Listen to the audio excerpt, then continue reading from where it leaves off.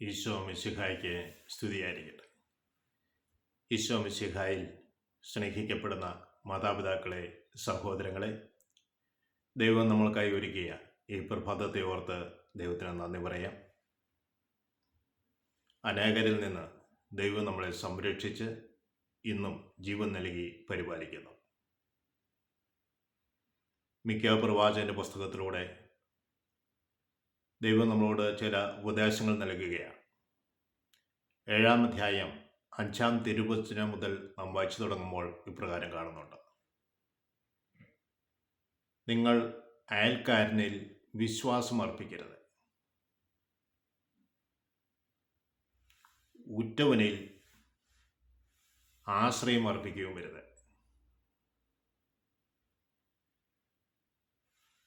മൂന്നാമതായി പറയുന്നത്, നിന്റെ മാറിൽ ശയിക്കുന്നവരിൽ നിന്ന് നിന്റെ അധര കവാടങ്ങളെ സൂക്ഷിക്കുക.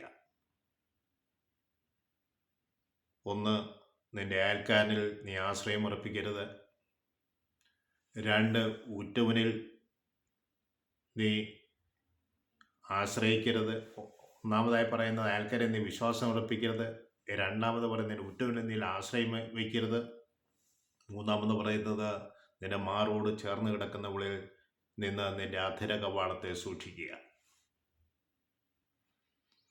തുടർന്ന് പറയുന്നത്, മകൻ അപ്പനെതിരെ നിന്ദയോടെ പെരുമാറുന്നു, മകൾ അമ്മയ്ക്കെതിരെ എഴുന്നേൽക്കുന്നു, മരുമകൾ അമ്മായിമ്മയ്ക്കെതിരെയും. കാലത്തിലേക്ക് കണ്ണുകൾ ഓടിക്കുമ്പോൾ ത്രസിപ്പിക്കുന്ന പല കാര്യങ്ങളും നമ്മൾ കാണുകയും കേൾക്കുകയും ചെയ്യുന്നുണ്ട്. ദൈവവചനം വായിച്ചു കഴിയുമ്പോൾ എത്രയോ കാലങ്ങൾക്ക് മുമ്പ് പറഞ്ഞു വച്ചിരിക്കുന്ന കാര്യങ്ങൾ എത്രയോ സത്യമാണ് എന്ന് തിരിച്ചറിയും. തുടർന്ന് പറയുക, എന്നാൽ ഞാൻ എൻ്റെ കർത്താവിലേക്ക് നോക്കും, എൻ്റെ രക്ഷകനായ ദൈവത്തെ ഞാൻ കാത്തിരിക്കും. ദൈവത്തിന് വേണ്ടി ഞാൻ കാത്തിരിക്കും. എന്നെ എൻ്റെ ദൈവം കേൾക്കും. Praise the Lord. സമൂഹ ജീവിതത്തിൽ പ്രധാനപ്പെട്ടതാണ് അയൽവാസികൾ, ഉറ്റവരെന്ന് പറയുമ്പോൾ സഹോദരങ്ങൾ. മൂന്നാമതായി പറയുന്നത് നിന്റെ മാറോട് ചേർന്ന് കിടക്കുന്ന നിന്റെ ജീവിത പങ്കാളി. നാലാമത് പറയുന്നത് എല്ലാം വന്ന് വളർത്തുന്ന മകൻ, പിതാവിന് വേണ്ടി കർമ്മം ചെയ്യേണ്ടവൻ പുത്രൻ. മകൾ അമ്മയ്ക്കെതിരെ എഴുന്നേൽക്കുന്നു, മരുമകൾ അമ്മായിമ്മയ്ക്കെതിരെയും. ഇതെല്ലാം ജീവിതത്തിൽ പ്രശ്നങ്ങളുണ്ടെങ്കിലും നമ്മൾ ദൈവത്തിലേക്ക് നോക്കണമെന്ന് പറയുക. ഒരുവന്റെ കുടുംബത്തിൽ നിന്നാണ് അവന് ശത്രുക്കൾ ഉണ്ടാകുന്നത്. ഒരുവനെ തളർത്തിക്കളയുവാൻ സാധിക്കുക അവൻ്റെ കുടുംബത്തിൽ നിന്നാണ്. അതുകൊണ്ടാണല്ലോ പറയുന്നത്, കുടുംബം നന്നാകണം.